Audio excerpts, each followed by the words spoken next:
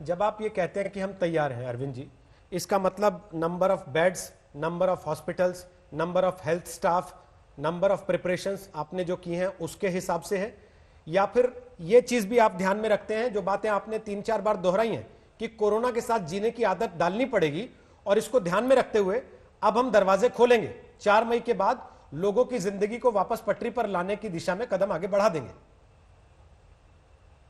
बिल्कुल।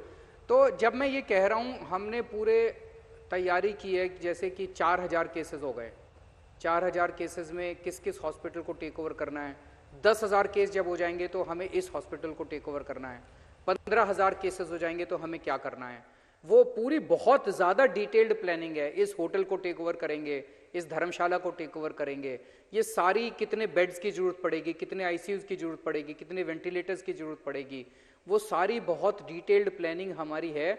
लगभग 30 से 40,000 केसेस अगर एक साथ हो जाते हैं, एक्टिव केसेस नहीं कह रहे, एक्टिव 30,000 40,000 केसेस अगर हो जाते हैं, हम तैयार हैं। सर, ये केंद्र सरकार ने जो आरोग्य सेतु ऐप है उसको अपने जो एम्प्लॉयज हैं उसके लिए कंपलसरी कर दिया है। क्या दिल्ली सरकार भी अब 4 तारीख से अपने ऑफिस में नंबर ऑफ जो उनके जो इतने भी आपके ऑफिसर्स हैं, जो अधिकारी आ रहे हैं, उसकी संख्या को बढ़ाएगी? किस तरीके का प्लान है? कुछ थोड़ा लोग और उत्सुक है जानने के लिए कि उनकी जिंदगी कैसे बदलेगी दिल्ली में 4 तारीख के बाद से। और क्या आपको लगता है कि 17 के बाद लॉकडाउन बिल्कुल खुल जाना चाहिए? जैसा मैंने कहा कि 14 अप्रैल को जब मैं बैठा था अपने सभी टीम के साथ, ऑफिसर्स के साथ और मंत्रियों के साथ, उस वक्त हमें लग रहा था हम पूरी तरह से तैयार नहीं हैं। 14 अप्रैल को जब निर्णय लिया था केंद्र सरकार ने लॉकडाउन 2 का, तो उन्होंने कहा था कि ये एक्टिविटीज़ अलाउड हैं। हमने दिल्ली में वो अलाउ नहीं की थी। हमने कहा था दिल्ली में पूरा लॉकडाउन जारी रहेगा, कंप्लीट लॉकडाउन जारी रहेगा। आज जब मैं अपनी टीम के साथ बैठता हूं तो आज हम तैयार हैं। तो केंद्र सरकार दिल्ली को पूरे को रेड जोन बना दिया। रेड जोन में केंद्र सरकार ने कुछ एक्टिविटीज अलाउ की हैं, उसकी लंबी लिस्ट है, अभी मेरे लिए पढ़ना संभव नहीं होगा, मेरे सामने भी नहीं है। जो जो एक्टिविटीज केंद्र सरकार ने रेड जोन में अलाउ की हैं, वो सारी एक्टिविटीज अलाउ की जाएंगी 4 तारीख से।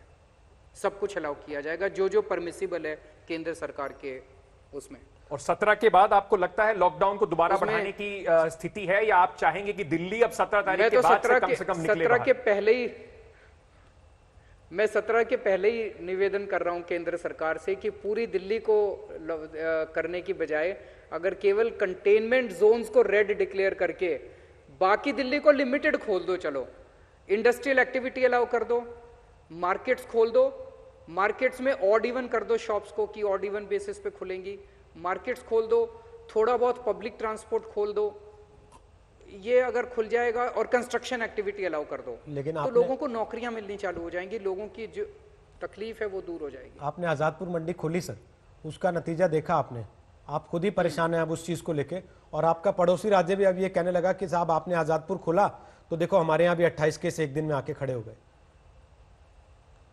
तो मैंने यही कहा ना रोहित जी, हमें कोरोना से जीने की आदत। तो मंडी खोली, मंडी में मेरे ख्याल से 7 या 8 केसेस आए हैं, वो ठीक होके घर जाएंगे ना अब। तो अपने को कोरोना से जीने की आदत डालनी पड़ेगी। ऐसा कभी नहीं होगा कि कोरोना एक भी केस ना बचे अब दिल्ली के अंदर। कोरोना किसी भी स्टेट के अंदर ऐसा नहीं होने वाला कि कोरोना का एक भी केस ना बचे। ऐसा कैसे हो सकता है? पूरी दुनिया में नहीं हो रहा। कोरोना रहेगा। कुछ कोरोना को फैलने से रोकना है, मैंने बताया, उसके खूब टेस्टिंग करेंगे। आजादपुर मंडी में भी खूब टेस्टिंग कराई है हम लोगों ने। कोरोना रहेगा, टेस्टिंग कराएंगे, टेस्टिंग करा के उसको रोकेंगे, और अगर किसी को कोरोना होता है तो उसको ठीक करके घर भेजेंगे।